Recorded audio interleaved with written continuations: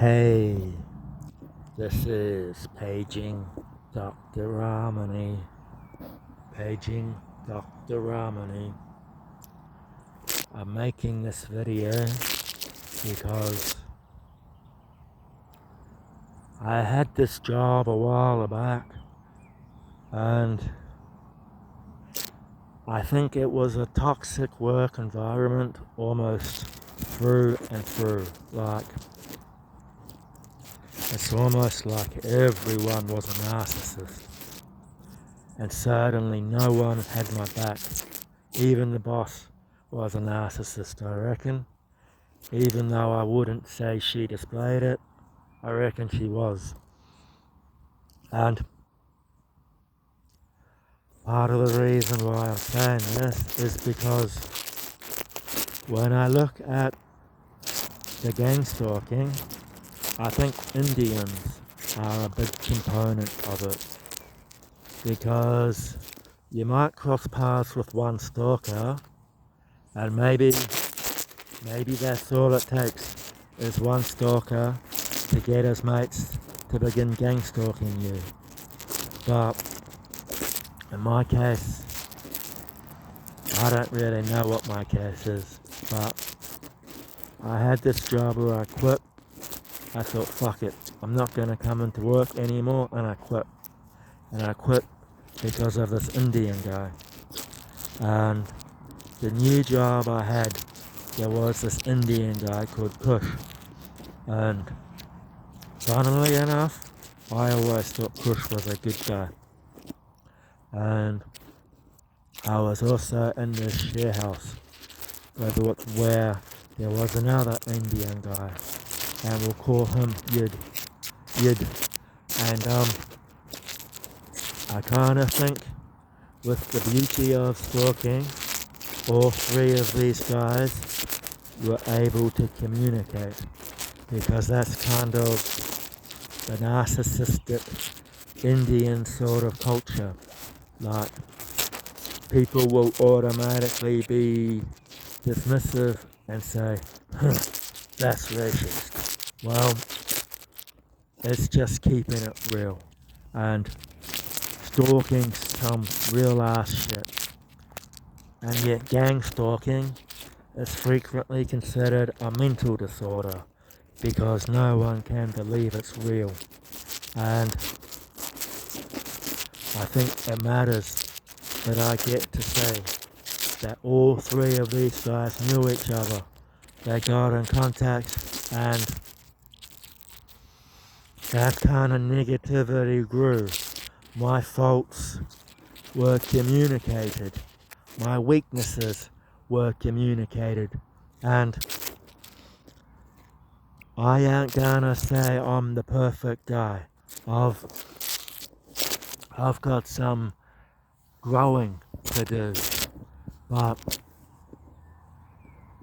this video is not about me and my personal change. It's about how narcissists and stalkers thrive off one another. It's a hard thing to discuss because, like Andrew at Mark Daly says, you need to live in the present moment, don't live for the moment. And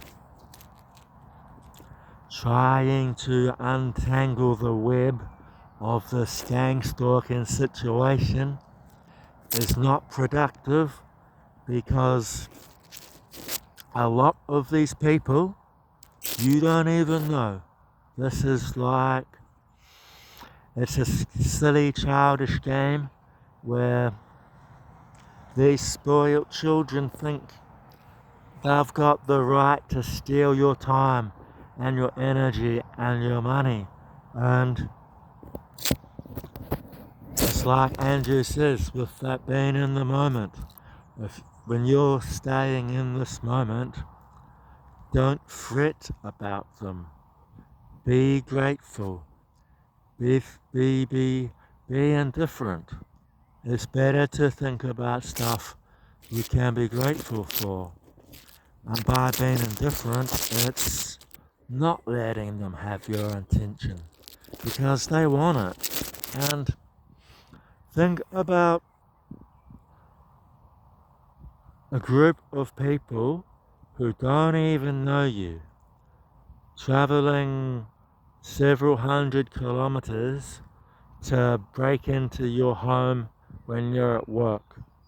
That's a crazy making situation there.